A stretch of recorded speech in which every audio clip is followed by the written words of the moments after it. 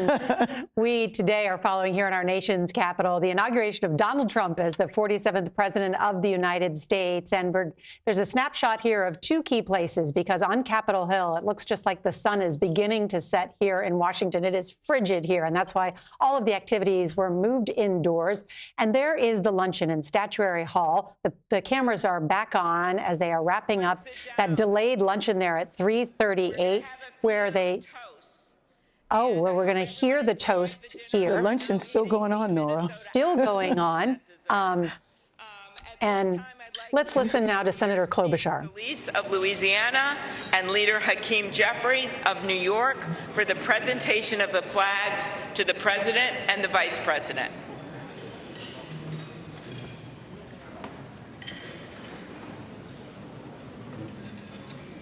And we are set to hear now from Steve Scalise in a toast to the new president of the United States and the First Lady. A lot of the pleasantries going on here.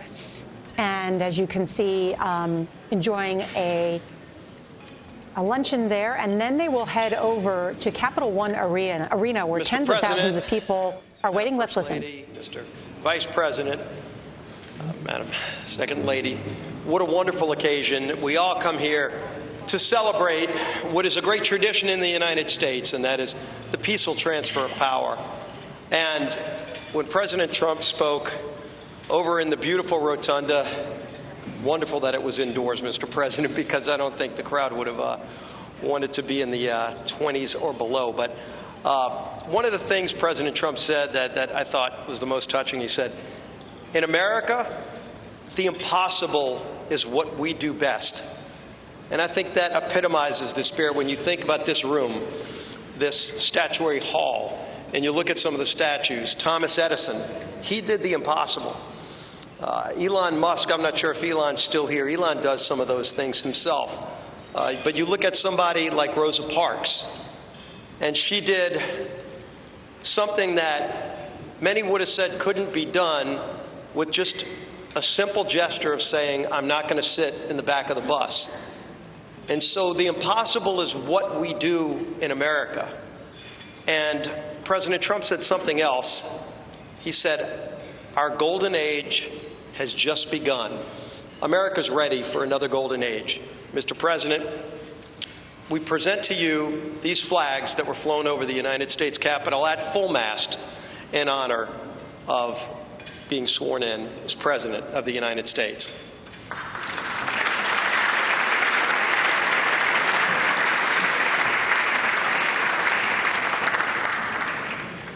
Thank you, Chairwoman Klobuchar, for your leadership of today's ceremonies. President Trump, Madam First Lady, congratulations. I have the honor of presenting the Vice President with our nation's highest symbol, the American flag. As a United States Marine, the Vice President put on the uniform to protect and serve America, like so many men and women before him in our nation's history. Old Glory was adopted in wartime by the Second Continental Congress in 1777, a full 12 years before the office of the Vice Presidency was even created, or the House of Representatives convened for the first time. The resolution said that the flag would be 13 stars, white in a blue field, representing a new constellation, out of many, one.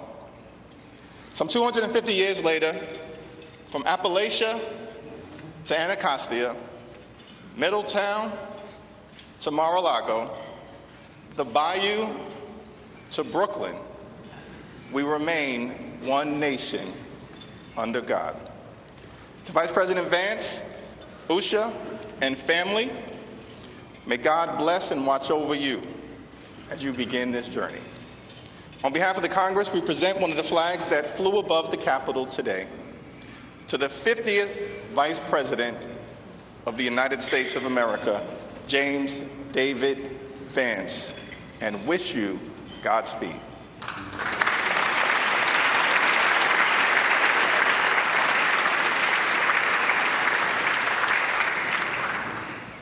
Thank you, Leaders Scalise and Jeffries. I now ask my friend Senator Deb Fischer of Nebraska, as in the beef you had for the entree, who has been an excellent partner in planning today's events, to come up and present the inaugural photographs. Well, my thanks to Chair Klobuchar for putting together again in the last 2 days the 60th inaugural ceremony here at the United States Capitol. Amy did a wonderful job, along with all of the committee, all of our staffs, in order for this to come together and be a very memorable experience. It is a tradition that the committee give our new President and First Lady, our Vice President, and Mrs. Vance the official photographs taken at the swearing-in ceremony. And so it is such an honor to be able to have those presented to you. I hope you will display them with pride, with honor, and with a humbleness that I know you will carry with you every single day that you serve the people of this country. May God bless you all.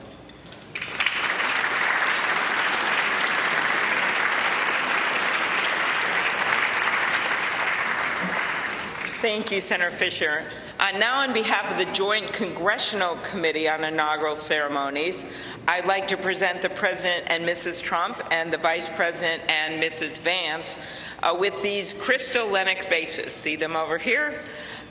For the 10th consecutive inauguration, Lennox has provided the official inaugural gift. The hand-cut etched vases display the White House for the President and the U.S. Capitol for the Vice President, because I know that he is going to enjoy not only being the Vice President, but also, as Senator Thune and Schumer know, the President of the United States Senate, and there's no better job than that. These gifts symbolize our equal branches of government as well as our enduring democracy.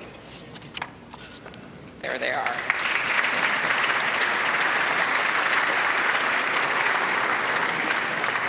I will now invite Speaker of the House, Mike Johnson of Louisiana, to give the toast to the Vice President.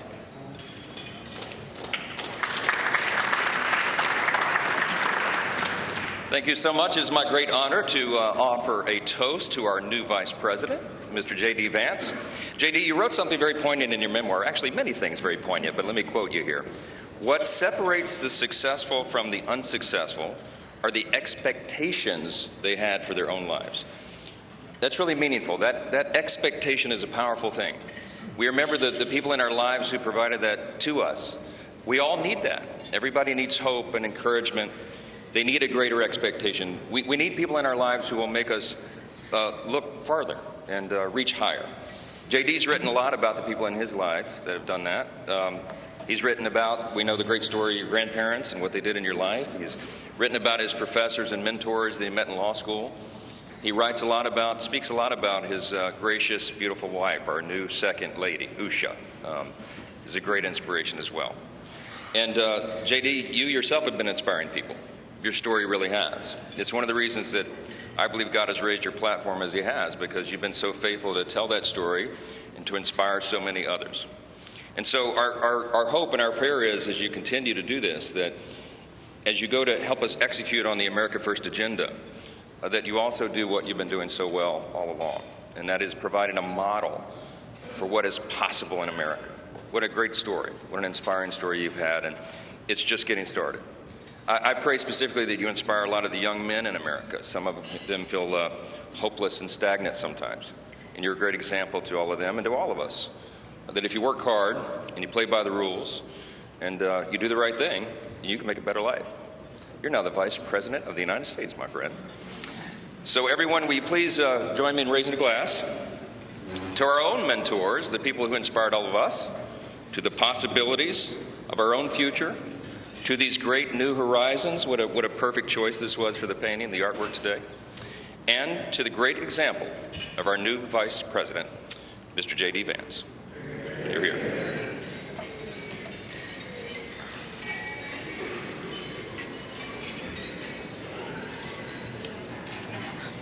Thank you, Speaker Johnson and Vice President Vance. I will now invite my senator next door in the state of South Dakota, Senate Majority Leader John Thune, to give the toast for the President.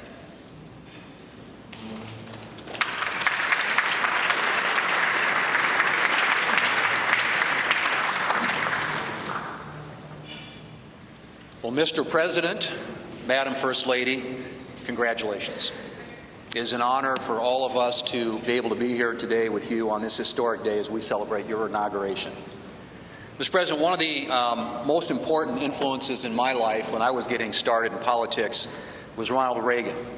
His philosophy of limited government, his belief in peace through strength, the strength of his convictions, were all things that appealed to me.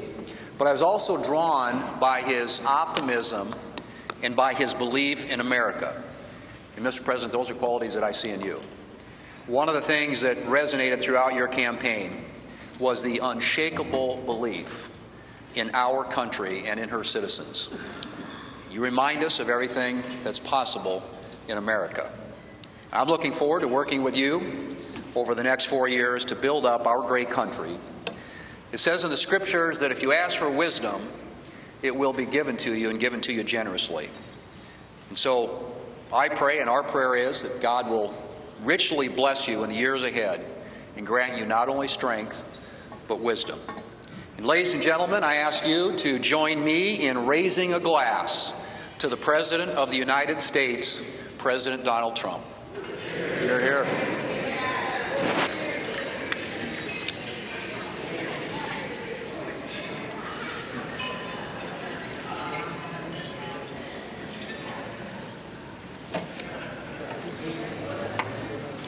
So, this has been a long day with many other things ahead for so many of you.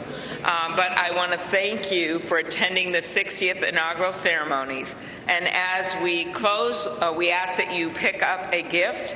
All of our guests are going to get a set of commemorative glasses in embossed leather featuring the Great Seal of the United States, which Senator Fisher and I selected together, and maybe Senator McConnell added some bourbon from Kentucky. Just saying. It is now my privilege to conclude this luncheon by asking Margaret Kibben, the chaplain for the House of Representatives, to deliver the benediction. Thank you. And we know we love this eagle podium. It's pretty good, Mr. President. Ladies and gentlemen, please rise for the benediction.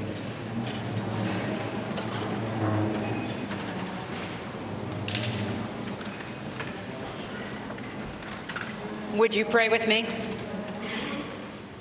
Holy and merciful God, having witnessed another successful moment in the experiment that you have entrusted into the hands of the American people, we pray your blessing on our 47th President of these United States, Donald J. Trump, and Vice President James D. Vance. Ensure that this mantle of singular responsibility that you have laid upon our President's shoulders remains secure in your will and safeguarded in your keeping. Uphold him as he preserves, protects, and defends the Constitution to the best of his abilities, relying on your divine help. God of power and might, grace and mercy, grant that your spirit of counsel has access to the President's heart to search it, to his mind to examine it, to his will to test it, that his faithfulness would bear witness to your truth. Surround him with angels and advisors who will serve as your agents to guide and guard him, caution and encourage him to remain upright and blameless in your sight. Buckle the belt of truth around his waist. Place the breastplate of righteousness over his heart. Fit his feet with readiness, that your gospel of wisdom and justice will shine forth throughout President Trump's administration. We offer this prayer to the one whose voice we follow to guide all that we do and all that we hope for. Amen. Ladies and gentlemen, please be seated. Please remain at your seats as President Trump, Vice President Vance, the Joint Congressional Committee on Inaugural Ceremonies, and the official party depart National Statuary Hall.